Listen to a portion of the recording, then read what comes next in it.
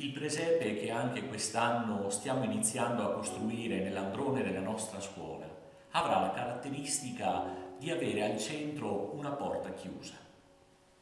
Come comunità del Barbarigo, come giovani cristiani vogliamo prepararci ad accogliere il Signore che viene a visitarci nel suo Natale, viene a visitare la nostra vita, i nostri affetti, la nostra casa. Quante volte però le porte del nostro cuore sono chiuse a Lui? Abbiamo pensato allora di aiutarti ad aprire le porte del tuo cuore attraverso 4 chiavi che ti consegneremo nelle 4 settimane di Avvento. Con esse potrai aprire la porta dell'Avvento, la porta del presepe, che ci rimanda anche alla porta santa del Giubileo della Misericordia che Papa Francesco ha inaugurato proprio in questa prima domenica di Avvento.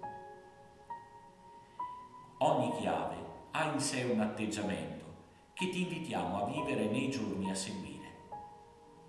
Allora forse sarà più facile a Natale aprire insieme questa porta, la porta della tua vita, con le 4 chiavi dell'Avvento, per poter davvero allora accogliere Gesù nella tua vita, nella nostra comunità del Barbarigo, nella tua famiglia, e insieme faremo davvero un bel Natale.